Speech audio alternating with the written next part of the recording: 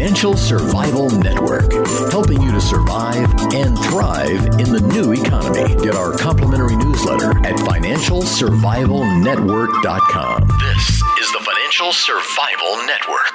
Hi, it's Kerry Lutz. I recently decided to move my retirement account into physical precious metals to hedge against the coming times. If you want to move an existing retirement account into physical precious metals that you can hold in your hand, tax-free, there's no company that can do it more quickly and efficiently than Regal Assets. It took them just 24 hours to open my new IRA account, and all I had to do was fill out one simple form. The best part is that Regal Assets does all the work for you. They cover the setup and administrative costs for 2013. If you're interested in making the same move I did, call 855-678-6620, 855-678-6620. That's 855-678-6620, or visit them at regalassets.com. You'll be glad you did, and tell them Kerry sent you. You are listening to the Financial Survival Network.com. I'm Kerry Lutz on 1230 WBZT. There's so much intrigue in the world. You hear about the NSA spying ring. You hear about special forces going overseas, all sorts of infiltrations, missions. Well, person you're about to hear from, he was doing it almost 50 years ago. He was selected during the course of the Viet Nam War, specially selected, called in for the draft, took some tests. They picked him out. He went on dozens of missions over the course of more than a decade. He's got an incredible story. You can learn a lot from this man. Really amazing story. J. Max Taylor is with us now. Max, I'm really pleased that you're on the Financial Survival Network. Welcome. Thank you so much, Kerry. I really appreciate the opportunity to tell the story of what we're trying to do here for the veterans that have a problem. The veterans, and you know, Max, what you're doing here is you're telling the truth. And truth is really something that's in scarce supply today, isn't it? No more, it's scarce today, but the real truth has been scarce for years. You've heard of black ops, of course. Black ops are operations. They just don't want people to know how they were done, you know. So they take your military records and they take a black felt pen and they mark over it. That's where the word black ops comes from. Special Intelligence Operations, SIO, has no written records. Everything is verbal. We were all plausibly deniable. We did not exist. During the Vietnam era, I ran 22 missions into Cambodia, Laos, and North Vietnam. 16 into North Vietnam. Yet I have no record of ever being there because we weren't there, were we? And Max, you told an amazing story to me that when you were finally being discharged, they came to you, you were in Walter Reed, and they said, Max, we need your fingerprints. And you said, why do you need my fingerprints? And what did they tell you, Max? They said, oh, you don't understand. Your fingerprints are not in your records anymore. Since you're retiring, we thought it'd be a good thing to get the right set in there for you. So I had been totally erased. If something had happened, they'd come back with my fingerprints. Nobody could have matched me up to anything. Yeah, so plausible deniability is the rule, the way things go. And that was business as usual inside the world of mirrors. Right, the world of mirrors, as you called it, as your book is called, Inside the World of Mirrors. So, Max, just tell us, how did you wind up getting sucked into the world of mirrors? You're a young kid. You grew up, I think you said, in Oklahoma, and then you wound up in Missouri, and you're of draft age. You go down to your local draft board. What happened next? I get drafted. I go show up, and this time I had to be in Kansas City, Missouri, where they were doing it, with 700 or 800 other guys, and went through all the normal stuff. You take a written test, you do your physicals, End of the day, they send you back to the hotel and bring you back the next morning. They give you orders, and away you go. Well, the next morning at 11 o'clock, I was still sitting there, and everybody else was gone. They sent me to Lutz, brought me back, went and took more written tests. Then I went in, and I talked to a psychiatrist for 2 hours with the type of questions like, have you quit dating your wife yet? So I got 2 hours of that. They sent me back, and the next morning I was taken into a meeting with a Mr. Jones and a Mr. Smith. I'm quite certain that's what the name was, but in any event, they offered me a position as a, quote, analyst and operation control specialist, okay, in the special intelligence industry. I heard the word analyst. Sounds like a job, job sitting behind the desk. I don't think I'll be in the jungle behind the desk. So I naively said, what do I have to do? They said, well, just sign up for another year and you got it. So I signed up. And with that simple decision, I changed my life forever. And so then what happens next? You're signed up for 3 years and your life changes forever. What happens next? Right. I went through regular basic training, and I had special intelligence training up at Fort Holabird. They took me down, sent me through jump training at Fort Bragg, went to Stewart for 4 or 5 days, and then spent a month in the jungle. By this time I had figured out this was not a desk job. Brought me up to Virginia, took me down to the farm, got me qualified and set up as a sniper, sent me to Korea as 8th Army Intelligence Editor. Been there a couple of months, get a call from the chief of station at the embassy from CIA, and he says, come on down, Max, we got a mission for you. And I said, okay. So I went down and met with him. An hour and 45 minutes later, I'm on an airplane to a place called Nakman Thanom. It was the Air America CIA base in northern Cambodia. And within 36 hours, I was in the bush on my first mission. Amazing. I ran 22 missions into North Vietnam, Cambodia, and Laos, 16 into North Vietnam during that period. Wow. And we were supposedly not at war with Cambodia or Laos. And all that time you were there, right? Yeah, we were not there. Let me tell you how not there we were. 80% of the guys that went with me didn't come back. I went with special teams, highly trained people, Marine Recon, Rangers, Green Berets. 80% of them didn't come back. And the name is not on the wall, and it's not on the MIA list. They were erased, just like I would have been erased if something had happened, if I'd have died. Mm. You can't find any information about them. It's gone. It just didn't exist. That sounds like a real crime that they could just disappear off the face of the earth like that, that their contributions, that their sacrifices could just be eliminated. Yeah, I have one particular chapter in the book which is called Cambodia Doesn't Count, which I go into great detail, this process, and what it's like to live through it and live with it afterwards.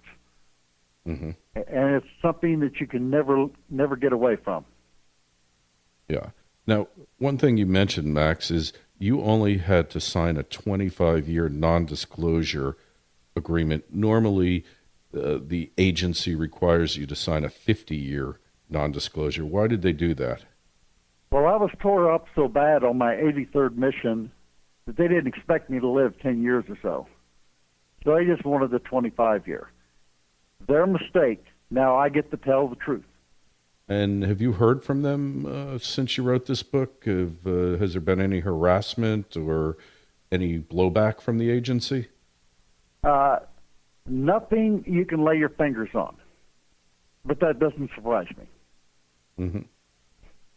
Yeah, they kind of take care of their own. Did you ever hear of a gentleman by the name of Bob Chapman? Chapman.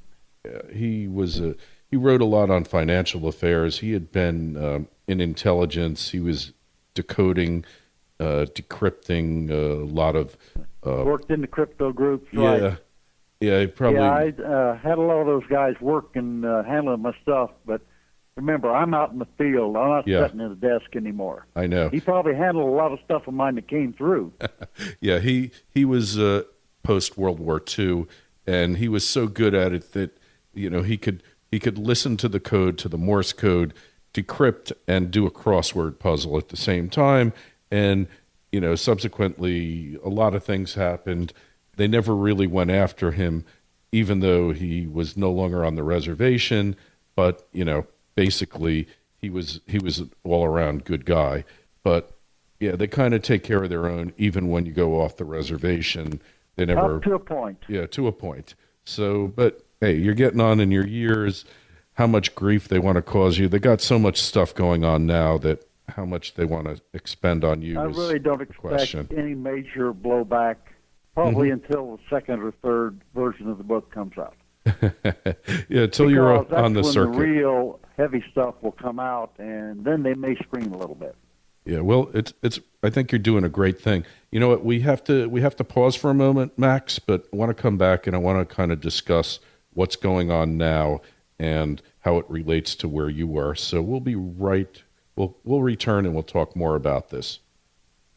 Hi, this is Kerry Lutz of the Financial Survival Network. These are trying times. The most important issue you face today is how to stay free in a world that's becoming less free by the day. Join myself, Mickey Fulp, Robert Ian, David Morgan, and 12 others at the Liberty Mastermind Symposium in Dallas on June 28th, 29th, and learn how to create your personal roadmap to staying free. Don't miss it. Join us and register now at libertymastermind.us. Sign in at libertymastermind.us.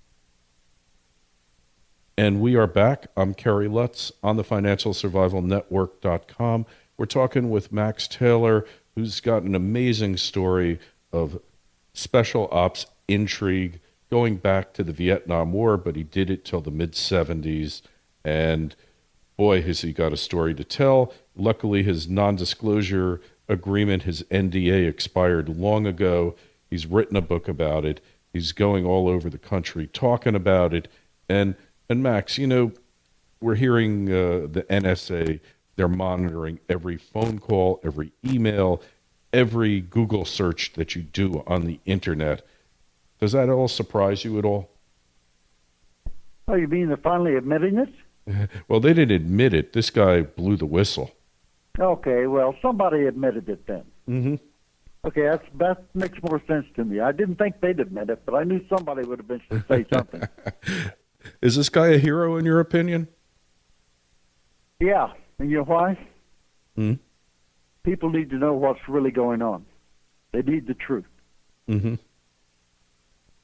That's what my book's about, is telling what really happened during the hottest Cold War. Mm-hmm. And the CIA, is it a drug-dealing entity like you see on so many things on YouTube, on the alternative media? Are they just dealing drugs and they're out there causing mayhem, or are they out there protecting us? I mean, I can't figure it out. Well, I can tell you that my job, especially after the Vietnam era, Mm-hmm.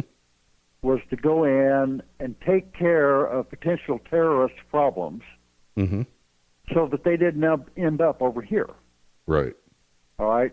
In the 70s, early 70s, I was in Libya when Gaddafi was putting out his first terrorist training camps. Mm-hmm. All right. And I was there with teams taking them out. I dealt with the IRA in Ireland and England.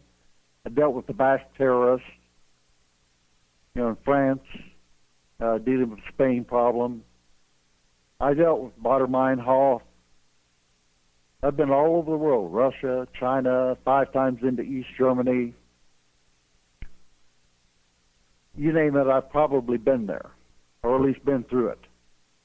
Mm-hmm. And everything that I did, there's no written record of. Right. So So you were doing some good, you feel, right? I feel like it made a difference. Now, during the second Clinton administration, shortly after his second administration started as president, Mm-hmm. they totally disbanded Special Intelligence Operations groups. Right. He got rid of them. Since that time, what has happened in this country? Since we're no longer taking it to them, they're bringing it to us. Mm-hmm. A budgetary cutback has caused everything we're dealing with today. Right. Yeah, so there's a lot of things, but it seems like we lost our way and we lost our mission somewhere along the way here. And I think we'll talk about more of this next time that we sit down and talk, because there's so much stuff that's gone on since you left. And while I think the CIA carried out legitimate missions while you were there, there was also a rogue branch of the agency that was doing a lot of stuff that wasn't too kosher, if you know what I mean. I do, because I was a part of that organization. Yeah, so we go back to there lot are of many things that we did that Mm-hmm. the reason it was plausibly deniable, they didn't Mm-hmm. dare have anybody able to connect themselves to it. Yeah. Yep. So I think next time you come on, we'll talk about that. We'll talk about where it's heading to and the type of chaos that we're seeing emerge in the world, in large measure because the CIA and the United States lost track of what we were about. They've gone away from their mandate. Their mandate is Mm-hmm. protect the people of this country. Yeah. And stand that for something. mandate is no longer in use. Yeah, and stand for something higher, like human rights, individual rights, the individual freedom, being free to pursue your highest ideals, your highest freedom.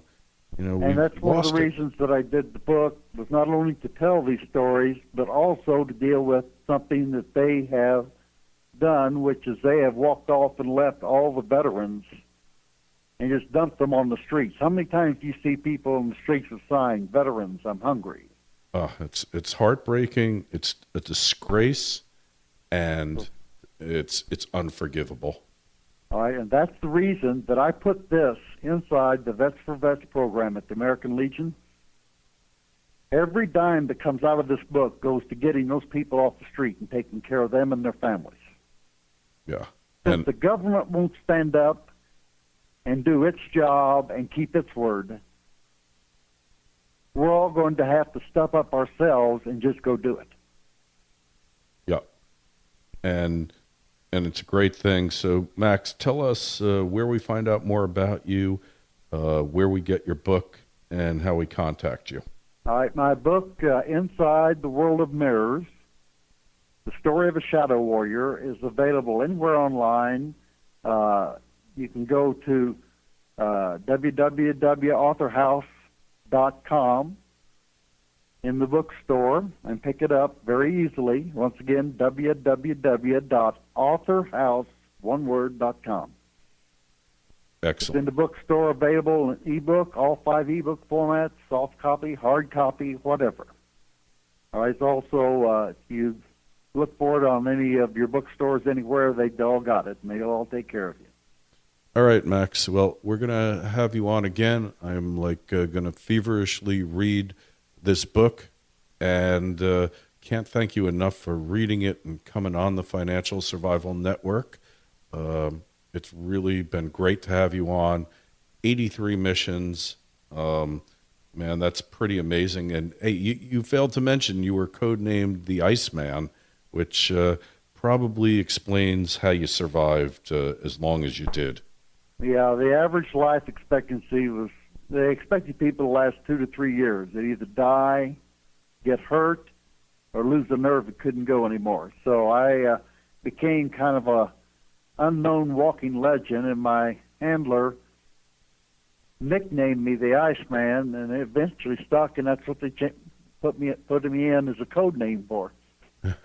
And that's probably another reason why they're not going to come after you.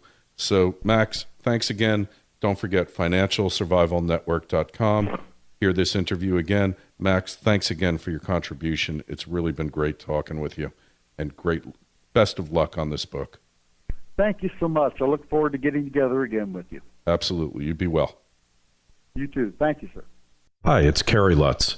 I recently decided to move my retirement account into physical precious metals to hedge against the coming times. If you want to move an existing retirement account into physical precious metals that you can hold in your hand tax-free, there's no company that can do it more quickly and efficiently than Regal Assets. It took them just 24 hours to open my new IRA account, and all I had to do was fill out one simple form. The best part is that Regal Assets does all the work for you. They cover the setup and administrative costs for 2013. If you're interested in making the same move I did, call 855-678-6620, 855-678-6620. That's 855-678-6620, or visit them at regalassets.com. You'll be glad you did, and tell them Kerry sent you. The Financial Survival Network, helping you to survive and thrive in the new economy. Get our complimentary newsletter at financialsurvivalnetwork.com. This is the Financial Survival Network.